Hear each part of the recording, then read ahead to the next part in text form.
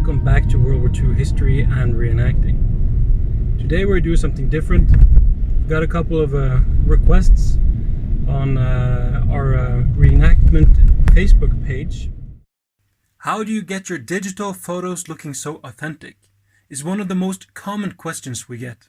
We usually use original period cameras during our reenactment events, but occasionally we do the odd photoshoot event, where we use mostly digital cameras due to practical and also economical reasons, as shooting hundreds of photos in one day using film can be very expensive. Although, I would highly recommend getting yourself a period correct camera if you are a serious reenactor and want to capture some memories during an event. The cameras are relatively simple to use and film is still readily available. You can get a decent camera relatively cheap, just make sure it works. Today, on the other hand, I will share my way of accomplishing an authentic looking digital photo by bringing you along through the whole process. I will be taking selfies today, using the timer on my camera, as I did not have access to a model or a photographer. Here is a side comparison between digital and film. Our goal is not to try and fool anybody with our digital photos, it's just to give a more authentic feel, as one would never be able to get the real film look without using real film anyway. To achieve this look, there are quite a few steps involved, but you don't necessarily need a fancy camera or an expensive editing software. I have divided the process into 6 steps. The first step is to have a specific idea, or at least a general idea about the story you want to tell. Some things can be done on the fly, like if you're at a reenactment event, photo subjects and ideas will probably present themselves left and right. When you are doing a photo shoot, on the other hand, you should at least have a general idea what the goal is. I got this particular photo idea in my sleep. That's where I usually get most of my ideas actually. I woke up in the middle of the night and scribbled it down. So excuse my terrible looking half asleep past midnight coma drawing. I still thought it was a good photo shoot idea when I woke up the next day, so here we are. My basic idea was to show a Norwegian Waffen-SS volunteer who had become a prisoner of war and was photographed in a POW camp. I want to give the impression of misery and starvation. It's estimated that about 6,000 of these volunteers made it into frontline service, mainly in the Waffen-SS. Roughly 850 to 900 of these 6,000 were killed in action due to accidents or in captivity. To this day, there are still uncertainties surrounding the exact number of volunteers and the number of casualties. Many of the Norwegian soldiers that died in captivity died due to undernourishment and hard labor. The last prisoners were released in the 1950s. Props and wardrobe is of course essential. When I say wardrobe, I mean the entire outfit and equipment. I spent some time looking at original photographs of German prisoners of war to get some inspiration, even though I already had a vision in mind. It's also helpful to study the manner of how the pieces of wardrobe would be worn in the given situation. With props, I mean everything that is not worn or normally carried by the person, but is additional, like ammunition boxes and vehicles in the background, etc. Or other set design features that help establish the scene. In this case, the barbed wire fence. First we're going to go to the getting place and get our supplies. And then we're going to the location. I have a location in mind. We'll have to see how it works when we get there. So stay tuned. Choosing a good location is key to any film and photo production. It does not have to be spectacular or scenic. It simply has to fit the scenario. In this case, I chose a small clearing in the woods where I set up my barbed wire fence. I chose a tree as my main post, which gave my fence a solid foundation. By the way, this tree was to be cut down anyway. I then used some fallen down trees that I found lying around as additional posts. Using these little guys. Again, I also spent some time looking at original photographs of the prison camp fencing and its construction. I used a fencing nail at the top and pulled some regular thick steel wire through and tied it to the bottom of the tree next to it. The other end I nailed to an old log. I used the steel wire to create an X between the fence posts. I also decided to add an additional fence post and extend the fence. Now we're going to start putting up the barbed wire. By the way, this is real barbed wire, and I would highly recommend wearing proper gloves. There's a reason why barbed wire is so effective. I simply circled around one tree and the other fence post. Since it was just a photo shoot and not actually made to keep any prisoners from escaping, I made it kind of flimsy. But hey, as long as it works, right?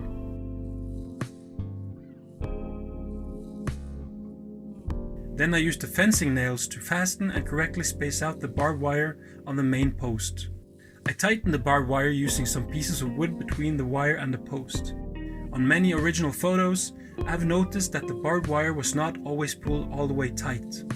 The location backdrop was not ideal, but my initial plan was to solve this by lighting a couple of fires upwind, then adding some green damp vegetation during the photo shoot, creating a smoke screen that would hide most of the background. When using a longer exposure time on the camera, this smoke would get more of a low morning fog appearance, which is not uncommon on fields this time of year. But I was unfortunately running out of daylight. This would also create a very nice atmosphere and also help separate me from the background, as in reality there would have been hundreds, if not thousands, of prisoners in the background. And we could cheat that fact using this effect during post-production or using camera angles. Creating an atmosphere is probably the most important part. And as mentioned earlier, my additional plan was to add some eerie atmospheric fog in the scene. You also have to decide what style of photograph you are trying to achieve. Is it that of a war correspondent, a typical propaganda photo, or do you want to show the world through the lens of a regular soldier? These are two quite different styles of photos, as there is not many propaganda-style combat photos taken by regular soldiers in the midst of a battle. I guess they were busy doing other stuff. If you take photos during a reenactment field event, there will be plenty of atmosphere already, and all you have to do is to capture it. Let's say that you find yourself in a camp environment.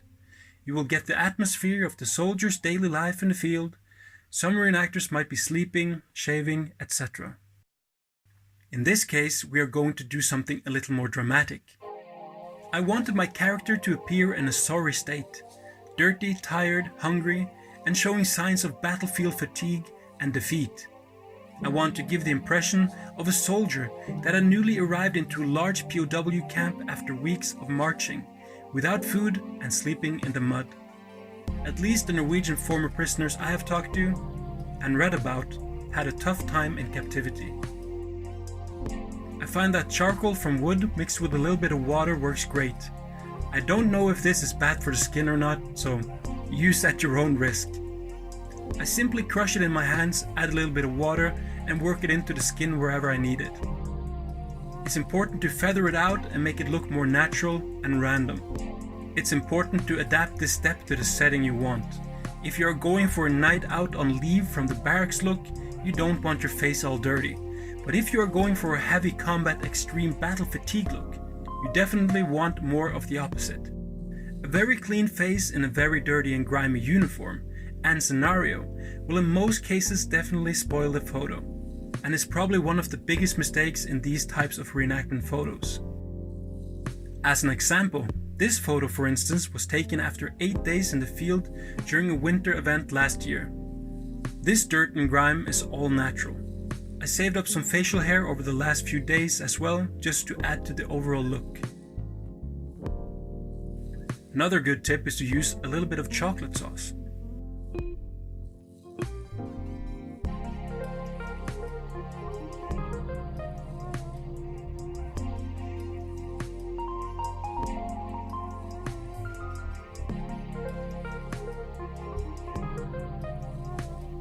Then I follow up with some ash that I also found in the fireplace along with the charcoal.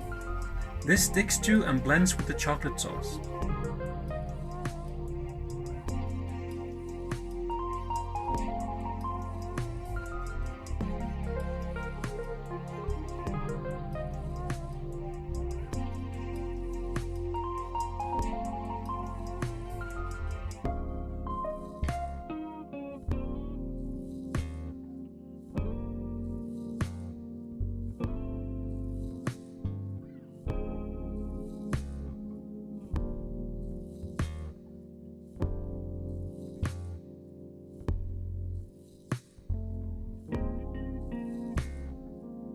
And of course, the wardrobe has to match the rest of the scene. This particular photo shoot scenario is a little bit more on the extreme side when it comes to dirt and grime, but it's just an example of the impact it can have. And since I in this case didn't have time to spend days, weeks, or even years living in the uniform and sleeping on the ground in all sorts of weather, we needed to cheat a little bit, so I just rolled around in the mud for a while. Today I'm shooting on my Canon 5D Mark II, but you can use any camera, even your phone. I like to take my black and white photos in the black and white mode, with the sharpness and contrast set all the way down. I shoot in a large RAW format, which enables more advanced adjustments in post-production. I like to set the shutter speed between 50 and 125, with the aperture settings anywhere up to f16. I like to keep the ISO as low as possible. The exact settings really depends on the lighting situation, of course. If you don't have manual setting possibilities on your camera, that's no problem. Just avoid using flash. I set my camera to manual focus, and the focus to where I would be standing. Then it was just a matter of running back and forth, making adjustments and trying to create a nice looking composition. It can take a while. Having a model or a photographer is highly recommended. For this next step, I'm going to use Adobe Photoshop. I have no experience with any other editing softwares, but I believe most of them are capable of doing pretty much the same thing. I opened the RAW file in Photoshop, and as you can see, it's in color even though we used the black and white mode. This is because this is a RAW image file. First, I'm going to convert it back to black and white by clicking on Convert to Grayscale. Note that the following settings and adjustments are different for every photo. This particular photo was a little underexposed, but this is not a big problem when shooting with black and white photos using RAW. I will simply use this slide to correct the exposure. Some of the lighter parts of the image is starting to blow out. This is corrected using the recovery option, which helps tone down the highlights and restore some of the lost details. Next, I will add a little bit of fill light to bring forward and lighten some of the darker areas. You might have to go back and tweak some of the previous settings to get the look you want. On my photos, I like to bump the clarity up to somewhere between 10 and 20. But this all depends on the original sharpness of your image. Next, I'm going to open the tone curve settings to further fine-tune the lighting and contrast of the image. Note that original film came in different types. Some gave a more flat gray looking image, whilst others were more contrasty. It also depends on the lighting and camera settings, of course. I'm going for a more contrasty and darker feel on this photo. Again, you can always go back and adjust. When I'm happy with the overall look, I'm going to open the image. If you don't have RAW file capabilities or chose not to use it, this is basically where your editing would start. If your image is not black and white, you simply convert it. First, I always like to duplicate the original layer before adding the effects, and I will add all my effects to this new top layer. Go to the filter menu, go to blur, and choose radial blur. Make sure the quality is set to best, the blur method is set to zoom, and the amount set to about 1 or 2. You can always move the center point slightly if you want. This effect adds an almost invisible blur effect around the outer edge of the image. Next, I like to add some noise. Go back to the filter menu, move down to noise, and select Add Noise. I like to add anywhere from 8 to 12%, and sometimes I even skip this step. It really depends on the noise already in your photo. Make sure that the distribution is set to uniform. You can uncheck the preview button to compare the change. Now we will try to make this noise look more like film grain by adding some blur. Again, go to the filter menu, go to blur, and select Gaussian blur. I usually have this set to 1.2 pixels. This filter will smoothen out the noise, giving the noise a more film grain appearance. If the photo is very noisy, or if you want a more unsharpened look to the photo, you can simply add this filter twice. Finally, it's time to add some sharpness back into the photo. This is done using Unsharpen Mask found in the filter menu. These settings seem to work most of the time. This sharpening filter will also add to the film grain look of the noise. If you want, you can add a curves adjustment layer and click on the auto option. This will adjust the highlights and shadows to true black and white. If it's too much, you can always tone it down a bit by adjusting the opacity. Next, I will add a dust and scratch layer, which you can typically find online or even make it yourself. Place the layer on top of the photo and scale it to fit over the entire image. With the new layer selected, go down to the blending mode and choose the blending mode that works the best.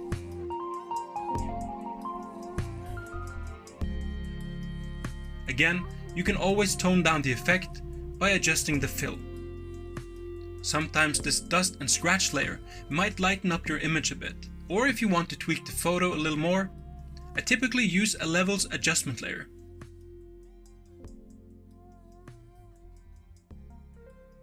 Now I'm going to show you very quickly how to make a basic dust and scratch filter. Open a new project.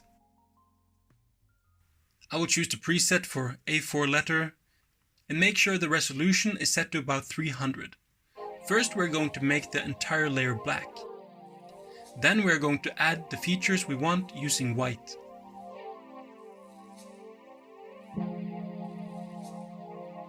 When you are happy with the look of it, flatten the image and place it on top of your photo.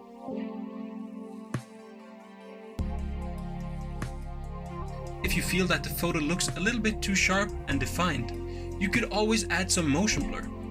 Note that a lot of original photos, at least photos taken by regular soldiers, are often out of focus or blurry.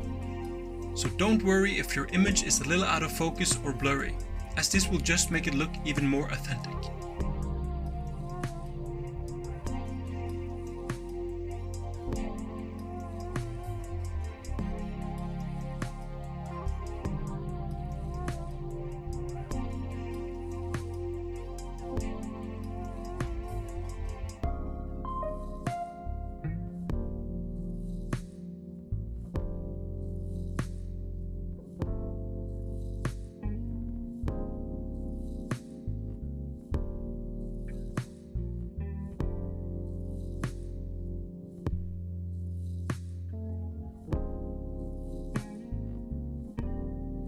Well, there you have it. I hope you enjoyed this video and that you found it helpful. Get yourself an original camera. It really adds to the immersion and the photos turn out looking fantastic. But if you have to go digital for any reason and still want an authentic look to them, I hope this video gave you some good tools that can help you accomplish this. And one last thing, after all this hard work, don't spoil the photos with a tactical low ready or something like that. Research and learn everything you can about how the soldiers walked, talked, thought and dressed themselves. And fully immerse yourself into the time period. Then you can truly get some fantastic looking photos. That's all for now. Thank you so much for watching, and until next time, auf Wiedersehen.